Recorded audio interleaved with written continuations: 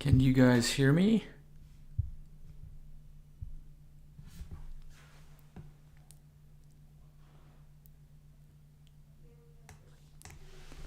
Hopefully you guys can hear me.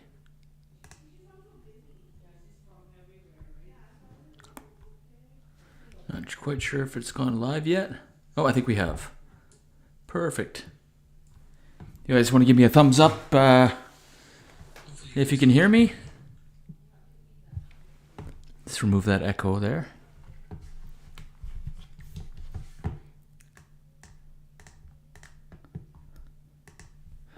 How's everyone doing today? I guess I should say tonight. Yeah, thanks for tuning back into my channel. This is another part series of me going in. Oh, hey Amanda, you're back on. How's it going?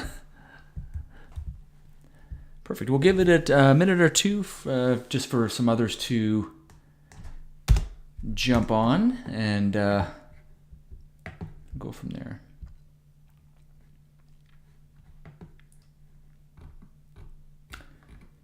Yeah, somebody made mention of some of my search criteria. It's kind of all over the map. You know, having a newborn child as well. I've got, you know, all of these searches there for how to change a baby, and that's okay. I don't mind.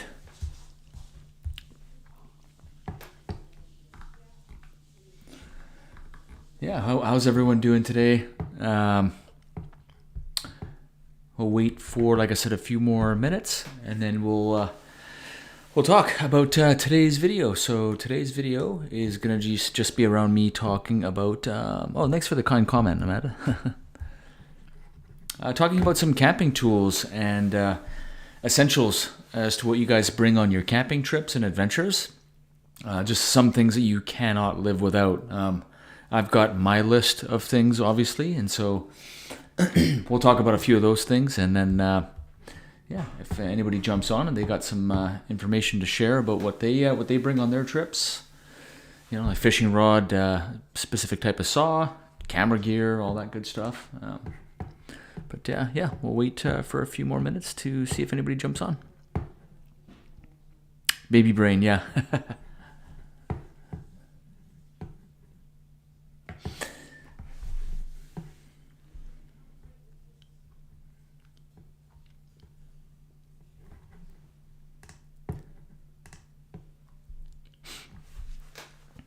Yeah, I had a comment from one of my followers saying that they didn't get enough time to be able to jump into the live stream, so I apologize about that, but I'm going to try and extend that as long as I can, so maybe 15, 20 minutes, and if I can, 30 minutes.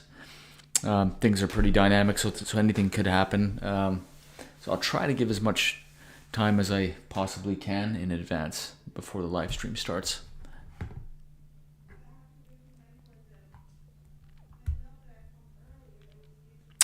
Looks like we had two other people jump on. Toilet paper, yeah. Yeah, toilet paper is definitely one of those essential ones that you have to bring camping, that's for sure. Welcome to the chat, guys. Thanks for jumping on. For those of you that didn't hear, it's just on this video we're going to talk about some of the camping essentials and tools that you just cannot live without. Your overnighters, your day trips, your hikes. Amanda mentioned already the toilet paper. Yeah, that goes without saying. That's a big one. There's been some close calls with me on trips where I didn't have toilet paper. So, how you guys all doing today? Thanks for jumping on.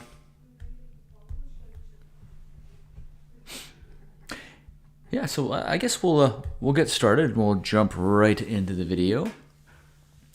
But yeah, today's video is a simple one. It's just talking about camping, which I'm clearly passionate about. But I wanted to talk about some key essentials that I like to bring with me camping.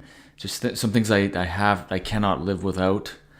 And yeah, I've been camping since I was about 5 or 6 years old.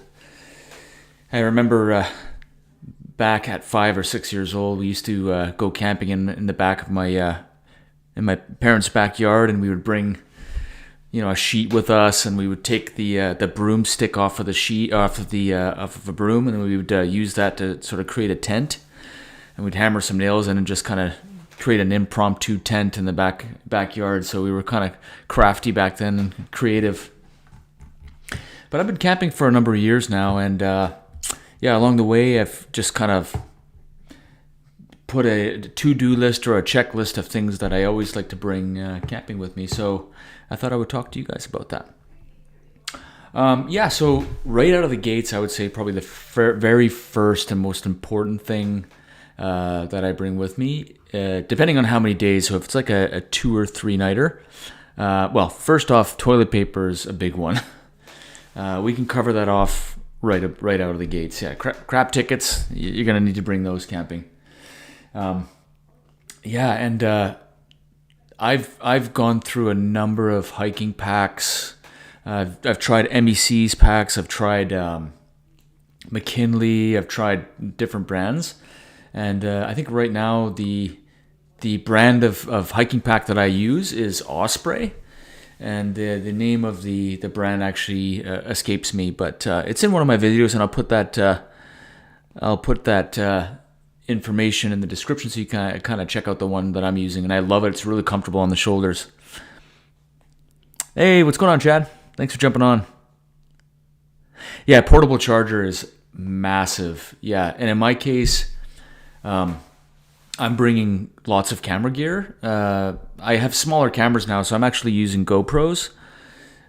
So they don't take up a lot of space, and the batteries are really small. But I'm definitely bringing at least 3 chargers, one of which has a little solar panel on the top of it, so I can kind of slow charge or trickle charge during the day if it's sunny. But in my case, it's not usually sunny when I'm camping, so it's kind of a useless feature for me, but I still like to have it. That's kind of a really big one for me is portable chargers. Yeah, that's a good one. The other really important one that is kind of a little bit of a weight to it, but the BRS dual burner stove. If you are a subscriber to my channel, you would have seen maybe a video or two, probably multiple videos where I use this thing. And this guy's channel is really good. He's called The Outdoor Gear Review, and I buy a lot of my products after watching some of his reviews, including some of the tents that he uses.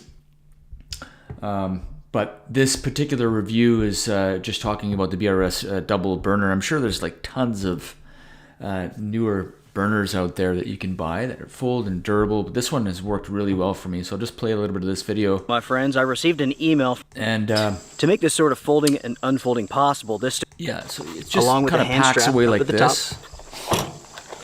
And then it opens up, and then it kind of splits into what did I 2 say different burners. About this stove being different?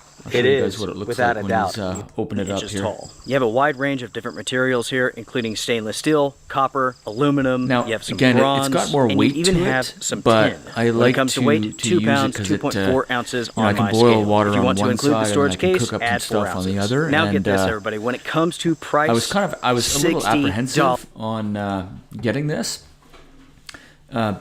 This is sort of the connector here, and it obviously connects to butane. I think there's adapters that you can buy as well for other types of fuel, but I use the butane. Or no, not butane. Butane, I think. So this adapter connects one canister, and then you just crank it here or here, and then it just turns on the left or right burner, and it actually works really well. I thought like one of the burners wouldn't work as well as the other, but if you turn them both on at the same time, it works really quite nicely. So that's kind of been a time saver for me, just to boil up water. If I'm cooking up potatoes or I'm making rice or whatever. So I use that not just for my camping trips, but I use it for just other stuff as well. It works really well. And again, the name of this company is BRS 32 Portable Camping Stove. $59.99 on Amazon, and this is a great stove for me. I've used like the individual burner, the really small one, which works well. But if I do a drive-in camping session, I definitely like to bring this along. And there's tons of other ones like Coleman and other ones, but yeah, it's a good little product. Yeah, and again, the name of this guy's channel is the Outdoor Gear Review. He's got a good fair amount of subscribers, so he's doing well. Yeah, so along the journey of me sort of doing all my camping and adventuring, and especially if I'm going and doing like 3 or 4 day adventures, I have to bring my GPS unit. I'm going to try and grab that for you guys so I can show you what it looks like. Hang 10. I think it's over here.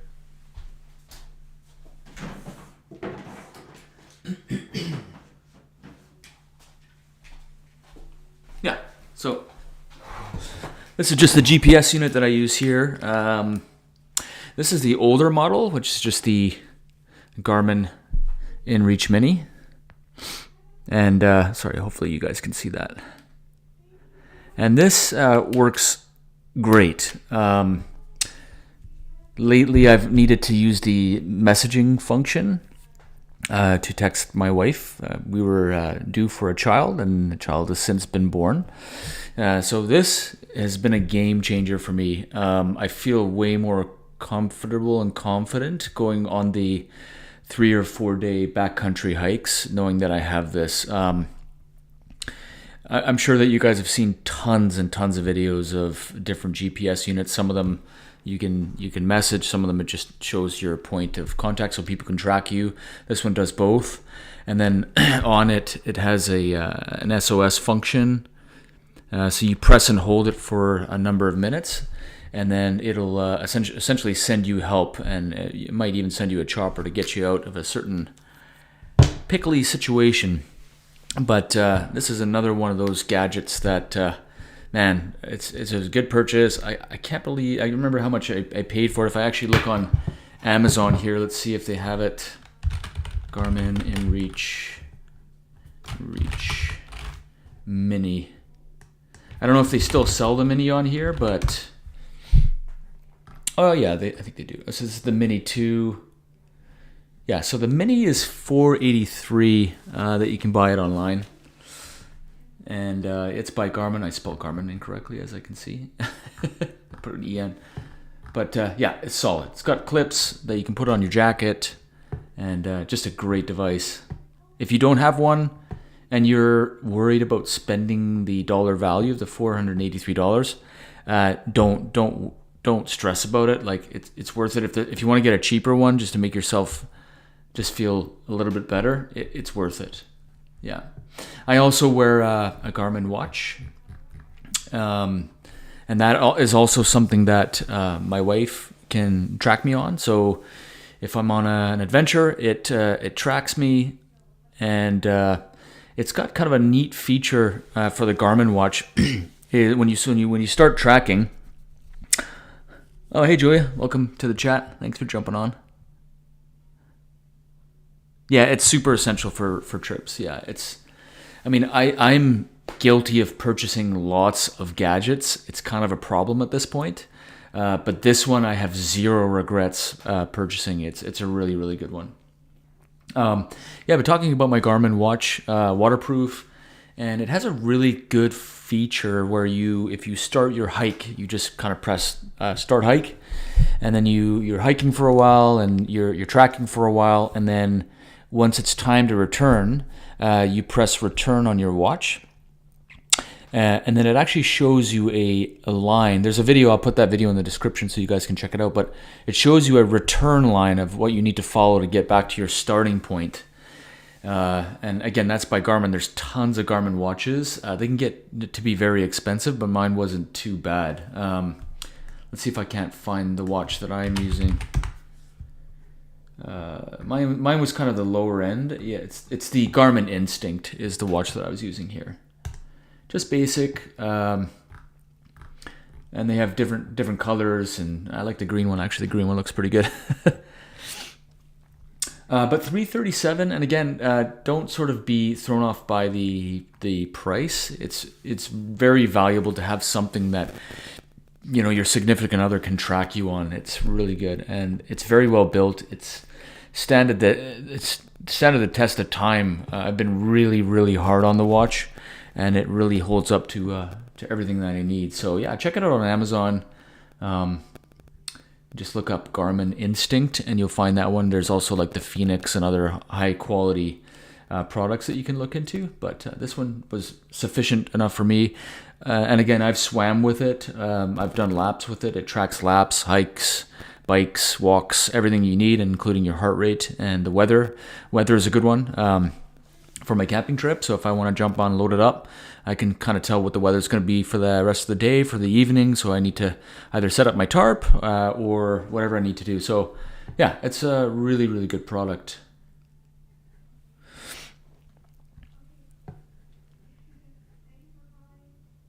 Nice. Yeah.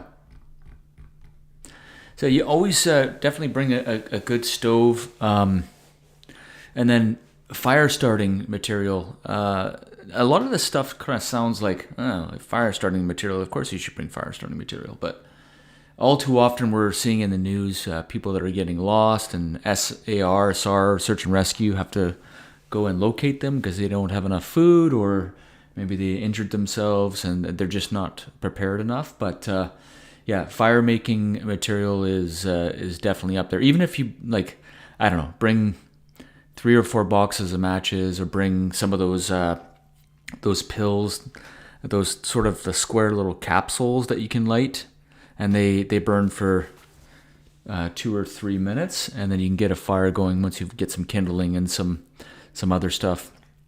So fire, like I just bring a little tin that has all my goodies in it. So I think I've got maybe 4 or 5 stoves, one of which is, actually now I have 5 stoves, 2 of which are wood burning. So yeah, hydration is another good one too, Amanda. Yeah, totally. So 2 of those stoves that I use are wood burning. And so it's just a good function to have as far as getting the kindling together, not having to use fuel, and then just having some fire starting material. Yeah.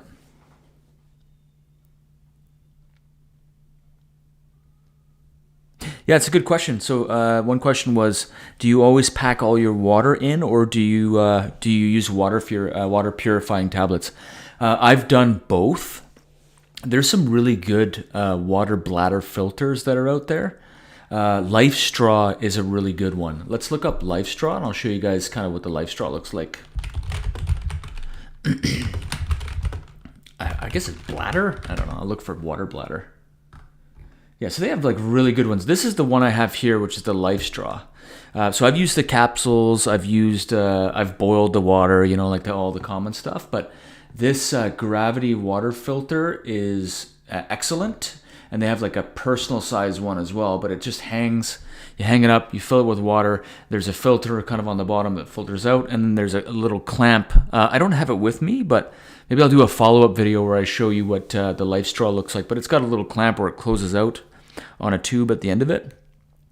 And it's great. It filters the water. You get tons of uses out of it, and then you just sort of reverse flush it. It's durable, it's flexible, like you can just scrunch it down and fit it in your pack. And it's just a great product. LifeStraw is great. I mean, you've probably seen the other ones, like these small individual ones. I used to have one of these, and I used it for quite some time. But I found that it actually blocked often enough for me. I don't know if it was just me, or maybe I wasn't flushing it enough, or I was just trying to drink too much of sooty water. I don't know what it was, but yeah, it definitely didn't work the greatest for me. And I've also used like the hand pump, which I also found clogged up relatively quickly for me. So I've used all of them, but it's just something to say about the LifeStraw bladder that just, you fill it up. It's got the filter right here, and you just straight up drink it, and it's just easy to use. This is the LifeStraw Peak Series gravity water filter. This is the other one that I have as well. So before I used all these filters and capsules, and there's also a light. I don't know if it's infrared. Maybe somebody in the chat can let me know what it is, if it's infrared, but it kills all the bacteria in the water as well. So that's another good one. It's just if you're if you don't mind sooty water, like drinking water with all like bits and particles in it, then the light's fine, because it is killing all the bacteria. But I just found it was a little bit weird. I kind of want to have clean, non-sooty water. So yeah, I've used a variety of different bags. They used to have a gravity bag where it was 2 bags. Yeah, first aid kit for sure. Yeah, I'll get into that shortly. The first aid kit is an absolute must for sure. Yeah. But the gravity bag filter that they used to have, there was 2 bag components. So there was the dirty water for the upper bag, and then there was another bag that had the clean water, and then the filter kind of ran in between both bags, and then you'd get the clean water on the bottom. It was kind of a little precarious and a little cumbersome, to be honest. Yeah, it worked, and it worked well. It didn't clog up, and I think it's by a company called Platypus, is the name of the company. But yeah, I've used all sorts. So far, the LifeStraw water bladder is bar none the best that I've been using. So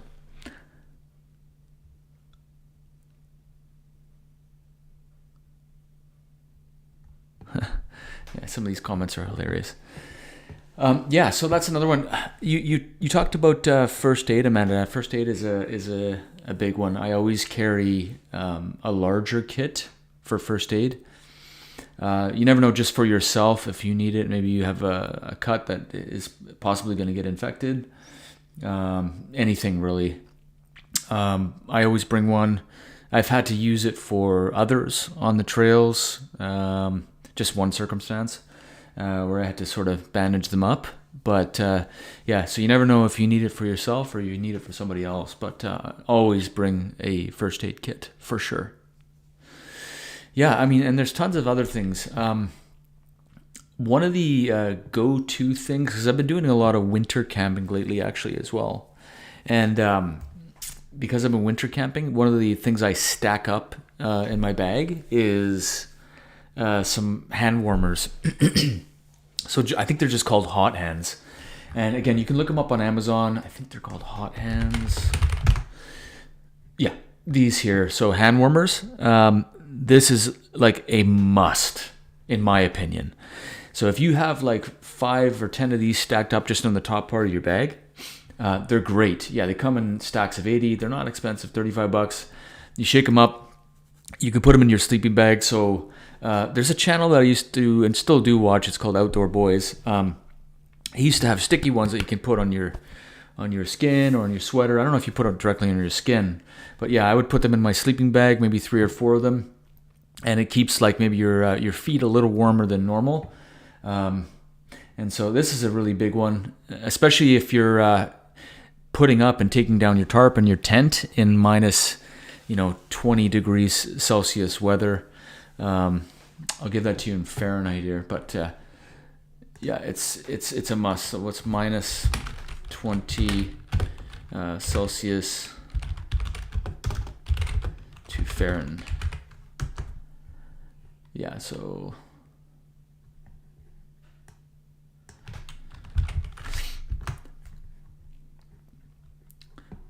I don't know where the temperature is, but that's fine. I kind of made a little boo-boo on my last video where I put 19 degrees Celsius and not minus 19. But yeah, it's cold. So when you're taking down and putting up your tarp in your tent, your hands are just freezing. Like I know like many trips where it was minus 10, 15 degrees.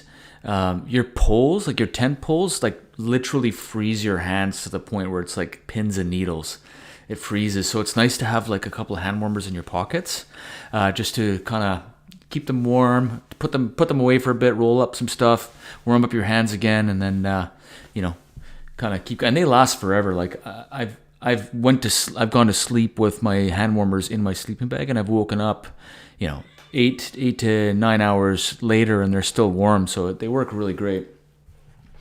And there's other tips and tricks too to like keep your sleeping bag warm. Like you boil up some water, and you pour it in one of your bottles, your plastic bottles. Make sure it's BPA free. And you just put that in your sleeping bag. Make sure it's not leaking first, and you put that in your sleeping bag, and then you're golden. It keeps you warm for a little while.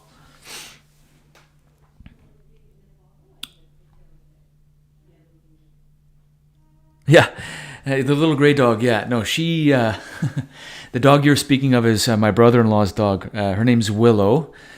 She is such a good camping dog. She's very alert, and she's always paying attention, like around the campsite. She's super alert, really good camping dog.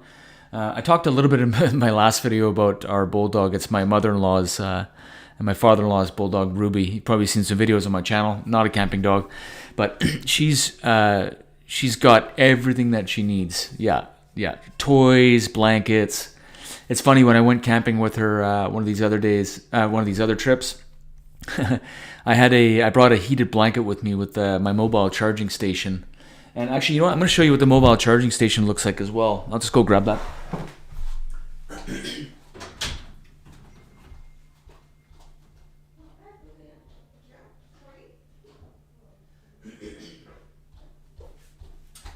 Yeah, so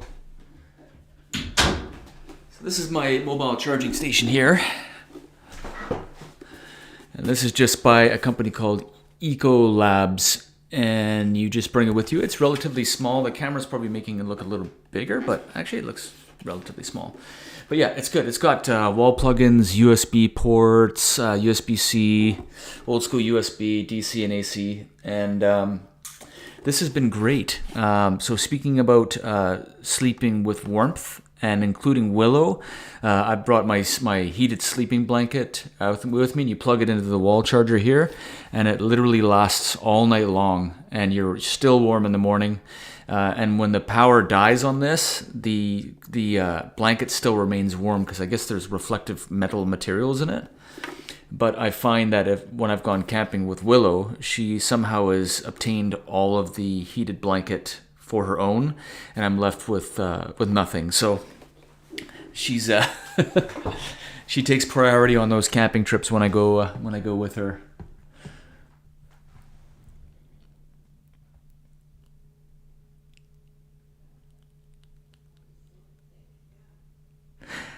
No, I've never actually been in an avalanche situation, which is thank God for that. That sounds like a very, very scary situation.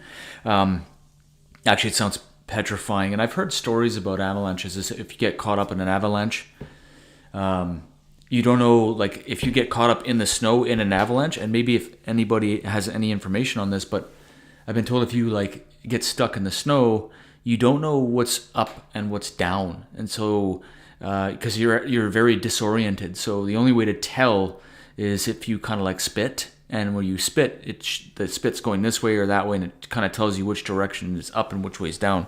I heard it's a very, very scary situation. But yeah, no, Amanda, I've never been in an avalanche situation, so I'm very happy that I haven't. So another piece or another tool that I love to bring with me is my Agawa saw. This is bar none the best saw that I've ever used, and I've used a few. Like I just had a folding Husky. I had other folding saws, and I've had a saw that kind of I don't have it with me, but it goes in a container, and the saw blade comes out, and you have to kind of screw on these things, and it becomes one piece.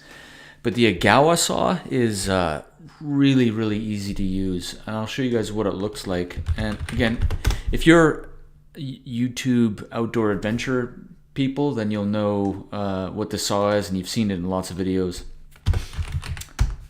But this is the Agawa saw, and I didn't actually know. Oh, this is mossy oak. Yeah, so this is the Agawa saw, and basically it folds inside out, I guess is the best way for me to explain it. Maybe I'll just show a quick video of that and what that looks like. So let's check it out. Yeah, so here's a we'll just look at this guy's channel, and it'll give me a good opportunity to maybe showcase another YouTuber. So hey guys, Ernie here, and welcome to the Paleo Hiker MD channel. Are you looking for a nice folding buck saw you can take out into the woods? Stay tuned, we're going to take a look at my newest saw. Paleo Hiker MD. 75,000 subscribers. Nice, good sized channel. I'm just gonna like this video.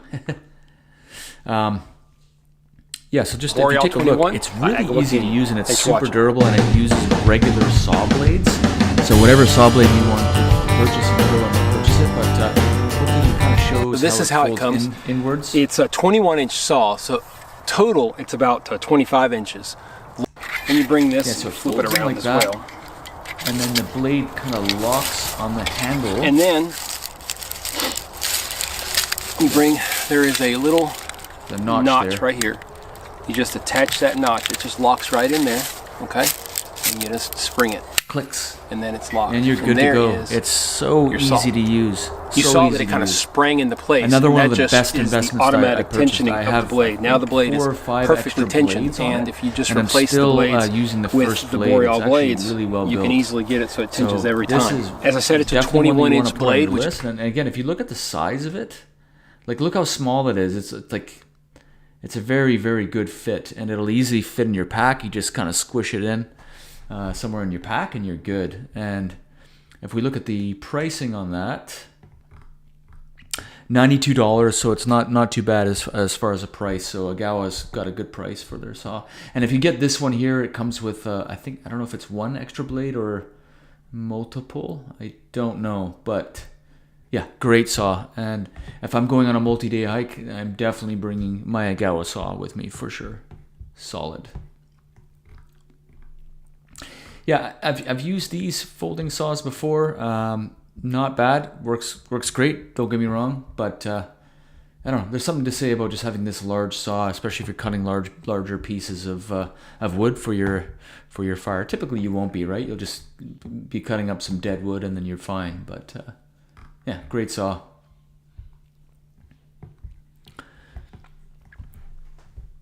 Yeah, hot paws. Yeah, yeah, and you should always bring a separate first aid kit for dogs for sure, because they have different things, right, that they need. Yeah, it's a good comment. Yeah, good point.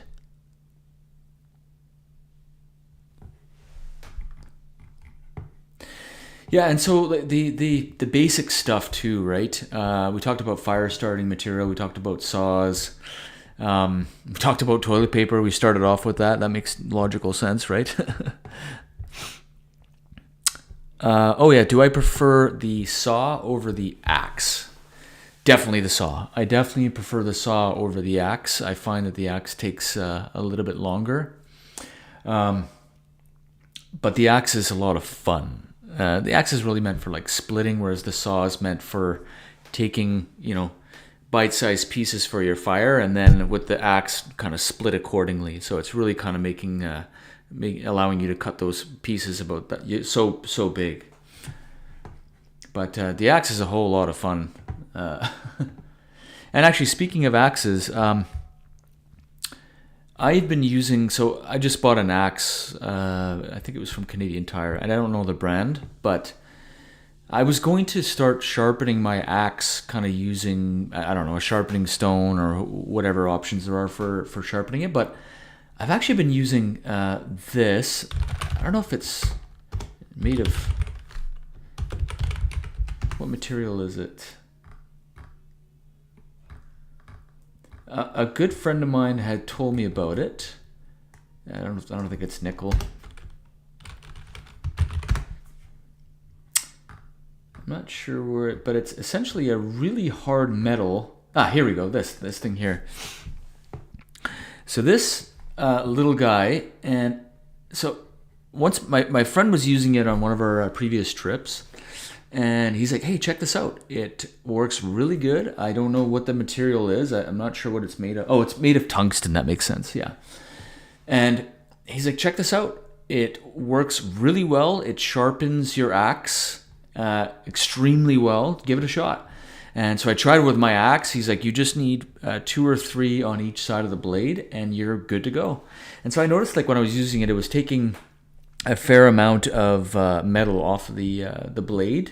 So I don't think I'm not sure it's great for your axe, and definitely not for your knife. But for the cheap axe that I had and I was using, and I'm still using, this sharpened it really, really well. Like again, 3 or 4 times each side, and then you just kind of straighten it with the other side. And man, like you just split wood, no problem with it. And it's made of tungsten, and you're basically just on either side of the blade, and you're laughing. It works so well. And $19.99. I also bring this with me on my trips for a quick sharpen of my axe if I need it. I've never used it on any of my knives, but yeah, it's definitely something I use on my cheap axe, because I'm not like some of the other outdoor adventure and campers where they have like really expensive axes that were either gifted to them or they purchased on their own, because you can spend hundreds and hundreds of dollars on really good axes. For me, it's never really been a big deal. I just use the one that I use, and it's good enough for me. It is a little bit heavier, mind you, but there's something to say about using a nice wood axe, though. I mean, they're so nice. Yeah, but this is another little tool that I actually bring with me. Yeah.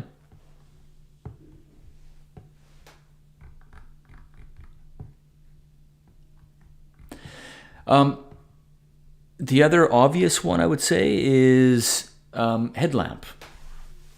Again, these are obvious for everyone, especially if you're a camper. Headlamp, of course you should bring a headlamp. I bring two. I bring 2 headlamps. One is battery operated, and the other one is USB charged. So if I need to charge it to one of my mobile chargers, I can just plug it in and plug and again, if I'm doing a drive-in camp, I've got my mobile charging station. I can plug it in there too, charge it up. But of course, I make sure it's charged first, and then I bring extra batteries with me that are packed away somewhere in my pack, because I always want to have 2 headlamps. I'm kind of lucky in the sense that when I go camping, I'm filming, and when I'm filming, I bring with me my light. So I have that as well. But yeah, I always bring 2 headlamps with me just in case, because you never know.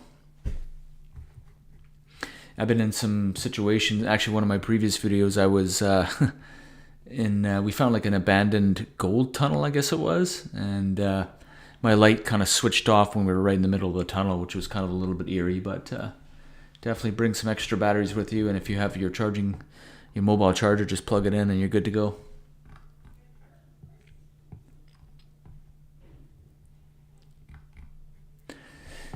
Yeah, and a good pair of boots is pretty solid of an idea.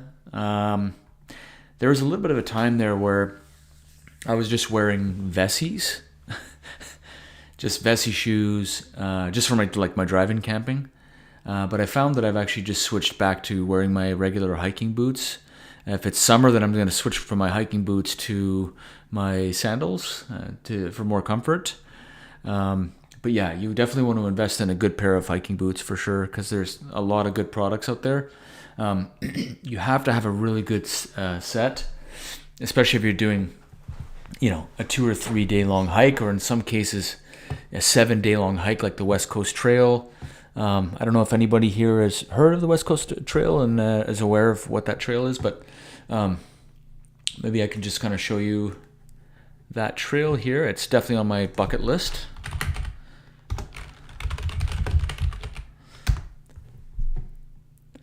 Yeah, so this is the West Coast Trail,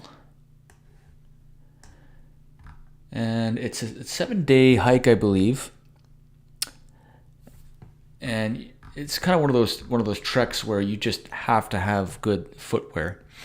I'm trying to remember the name of the hiking boots that I use, but Salomon. Yeah, the name of the boots that I wear is Salomon, and let's see if I can't find it actually.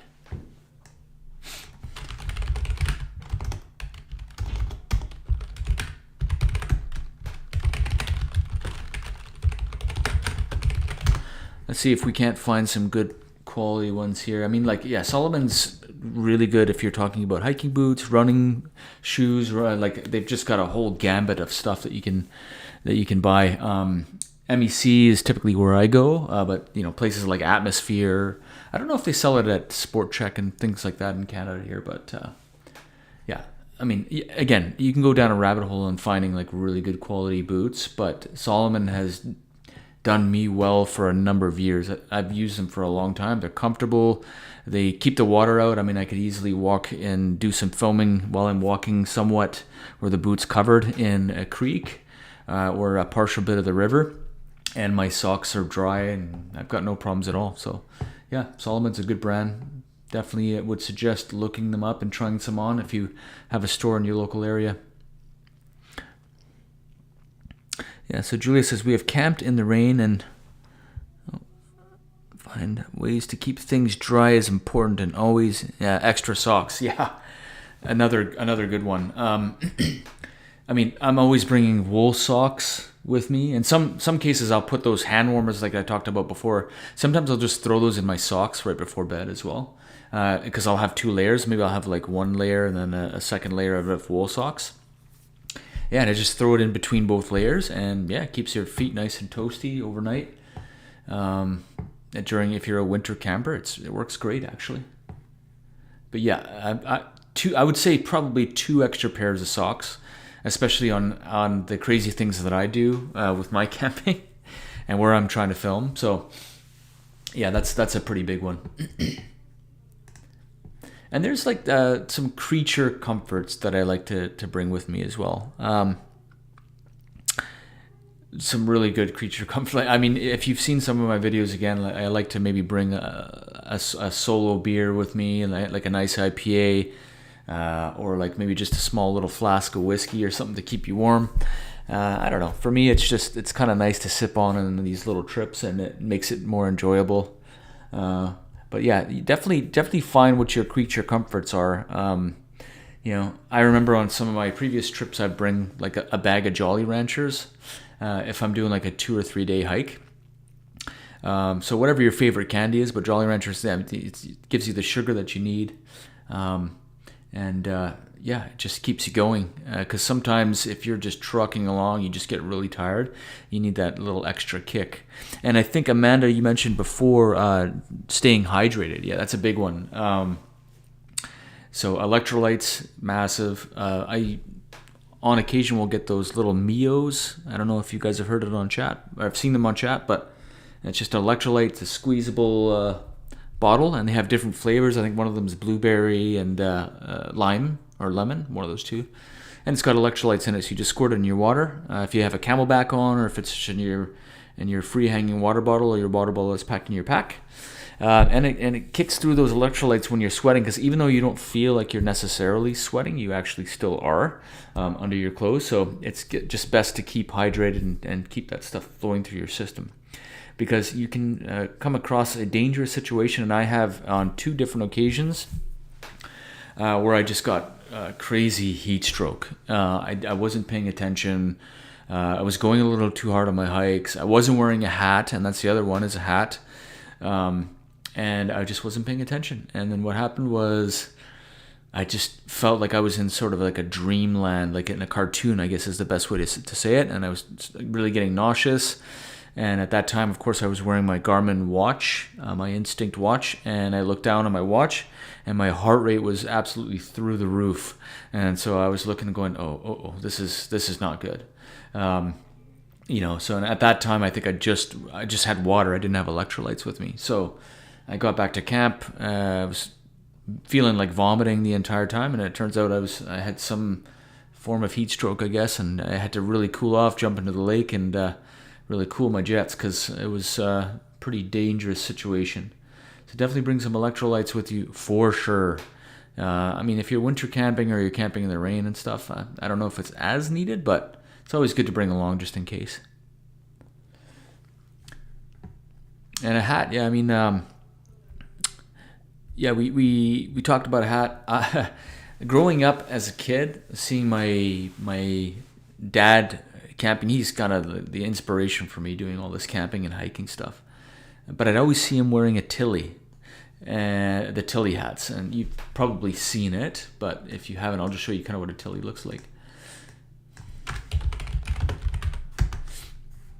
Yeah, so these are like the Tilly hats, right? And I remember like telling my dad growing up, I'm like, Dad, these Tilly hats, it looks like an old person. You look like an old person wearing these Tilly hats. And now I've got like 3 Tilly hats, and they are such a valuable addition. Like it really keeps the sun out. You just kind of throw it under some water if you're overheating, and it heats up it cools up your head. And so yeah, like I'm kind of a Tilly nerd now. Like I like to wear them if I'm going out fishing or I'm taking the kayak elsewhere. Yeah, it's great actually.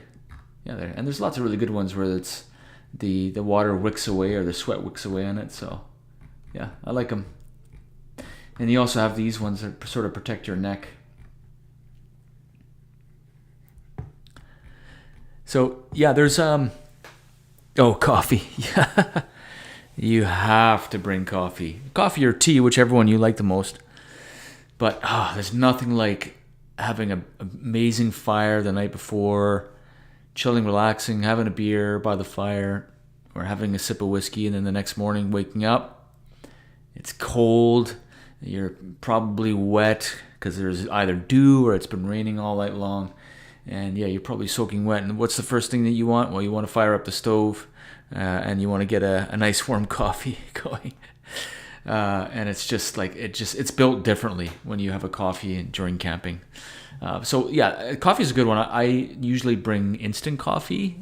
Some people may be rolling your eyes. They maybe bring those coffee presses or whatever you have, but I just bring the instant coffee, and then I'll just crank one of those in my coffee mug, so that way I can chug it back and get started on my day and enjoying the outdoors and the adventure. Yeah, coffee, big one. Tea, big one. And a good breakfast. Like on food, we can talk about food all day long. But my go-to usually is dehydrated meals. They're hearty. They've got everything that you need. They've got like dessert menus as well. They've got breakfast menus, like oatmeal and peanut butter. And the ones that I typically use are Backpackers. I think it's Backpackers Country. I don't know if they have Backpackers Country. Oh, Pantry? I think it's Pantry. Yeah, Backpackers Pantry. So these are the dehydrated meals that I bring with me. And yeah, and I've actually tried a lot of these. I've tried the creamy macaroni and cheese. I wasn't crazy about the macaroni and cheese. The pad thai is pretty good, actually. I enjoyed the pad thai. I find that the dehydrated meals, I don't know if you guys agree with me or not, but they're really expensive. Like I find they're quite costly. But if you're doing like a 7-day hike and you're going, you're doing the West Coast Trail or in here in Canada, or the North Coast Trail here in Canada, or wherever you're from, whichever trail you're hitting, I mean, you kind of have to have the dehydrated meals because it's lightweight. You just add some boiling water to it, you shake it up, you wait 15 minutes, and you're good to go. But yeah, I typically use these. I've had the lasagna, was not a big fan of the lasagna. I think they have an Alfredo too. I think their best one that I've had is their Alfredo. I think it's pretty decent. And their creme brulee was actually pretty good.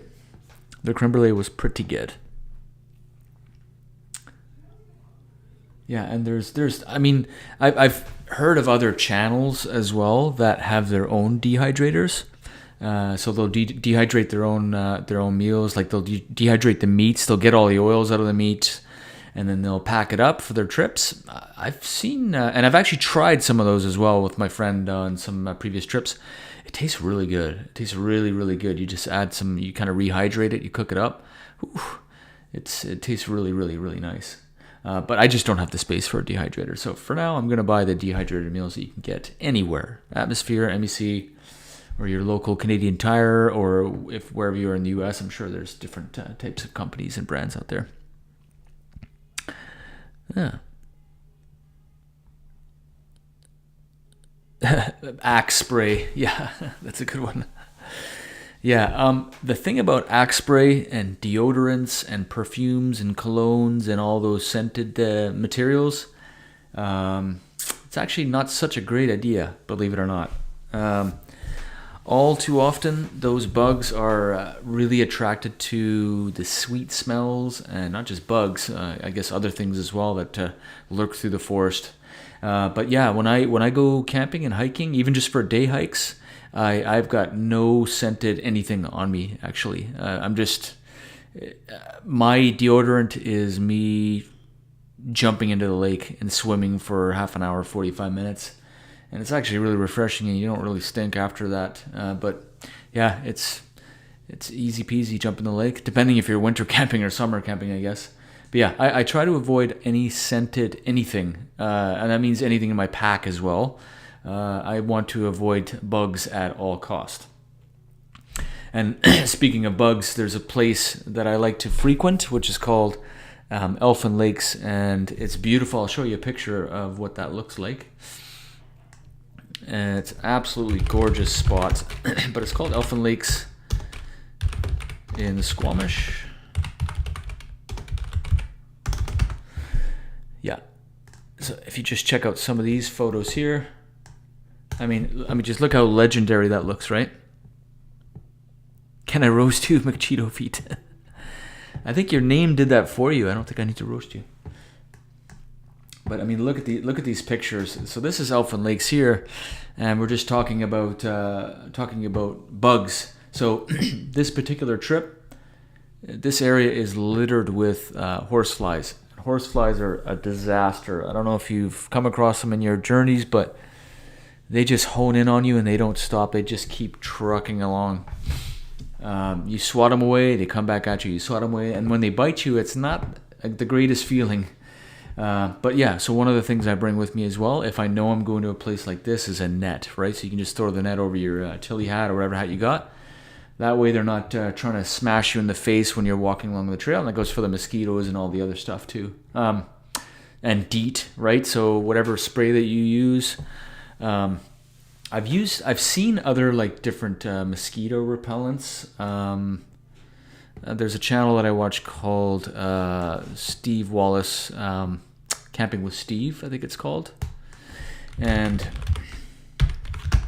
yeah, there's a lot of mosquito repellents that you can find on Amazon here, but there's one that you just kind of click and it sparks a little sort of coil. I'm trying to remember what it's called.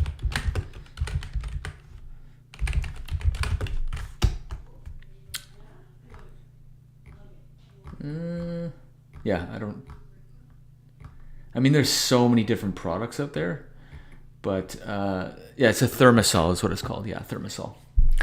So Thermacell is, you just kind of click it a few times, you look and see if there's a spark, and then it starts to smoke and wean off the mosquitoes. I've never really used it, so I don't know how well it works, but for me, I just spray on some DEET, not on my skin, on my clothing, and then I'm laughing. I'm okay usually. I mean, I'll get bit if there's lots of mosquitoes out there, but yeah, typically, yeah.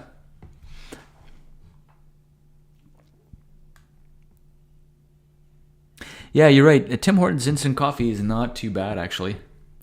It's not too bad. It's better than their regular coffee. Unless you're a Tim Hortons fan, then I apologize.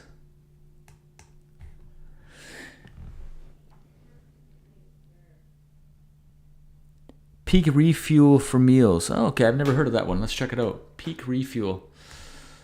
Let's see. I think, isn't Peak Refuel, isn't that out of Canadian Tire? Refuel. Oh, yeah, okay. These look good, actually. Nice. I'm not sure if I've ever tried these before, but I don't think I have. I don't think I've ever tried these before. So you get how many? So you get a 12 pack for $2.59. Let's see. 12. 2.59 divided by 12. Divided by. Where's divided by? Am I like at lunch here or what? 12. What did I do? Anyway, I'm out to lunch. But anyway, that's a pretty good deal. 12 pack, $2.59. That's not too bad. And if it's a good flavor, they've got like a huge bin as well. That's crazy. Huh. I wonder what sort of flavors they have. Let's check it out. Okay, home-style chicken and rice, chicken coconut curry, chicken teriyaki rice, beef pasta marinara. Wow, these flavors look pretty good, actually. I'd probably be a big fan of the cheesy chicken and broccoli, I would imagine. Sweet pork rice, chicken pesto pasta. Wow, okay. You know what? thanks for the suggestion. I'll probably look into that and buy some for my future journeys for sure. Looks cool.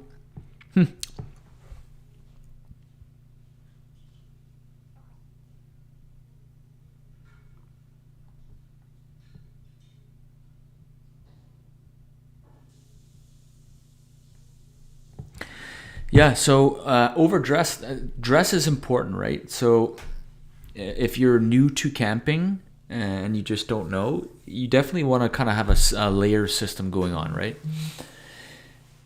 All too often what happens is people will be hiking, they've got like every layer imaginable on, and they don't realize it. They start sweating, they start heating up, and they keep all those layers on. And you can lose water, and you can get dehydrated, and you're not thinking and not drinking and taking electrolytes. So yeah, layering and talking about clothing is very, very true. Once you start to feel that you're warming up, it's best to take one layer off if you have 3 layers, and continue to do so and put it in your pack, and then add layers back on if you feel like you're getting cool again. Especially if you're doing this right before bedtime, right? So it can be very deceiving, and it's easy to sort of either overheat or get too cold overnight if you have too many layers or not enough layers. That's very true.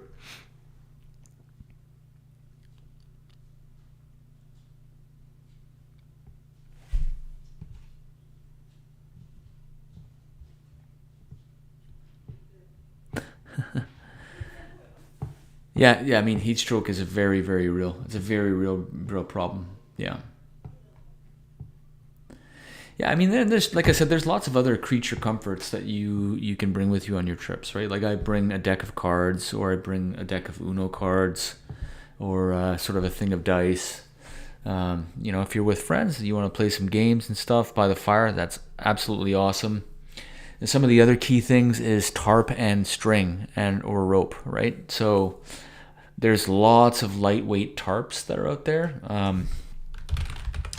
And if you want good reviews about tarps, again, that Outdoor Gear Review channel is great. He tests them, he puts them through storms and rain, and he's really good at testing them. This is the one that I have here, which is the AquaQuest, I think it is.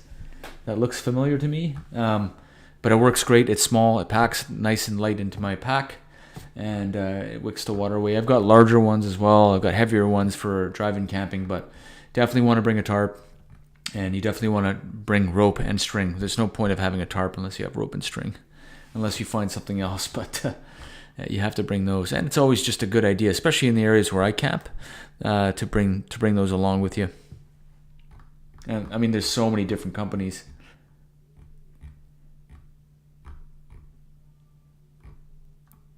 Yeah. This looks like a little small tarp here. Yeah, so the tent that I'm using, again, I saw this review on Outdoor Gear Review, and I'm trying to remember the name of, let me see if I can't find it. I'm just going to find it for you guys here.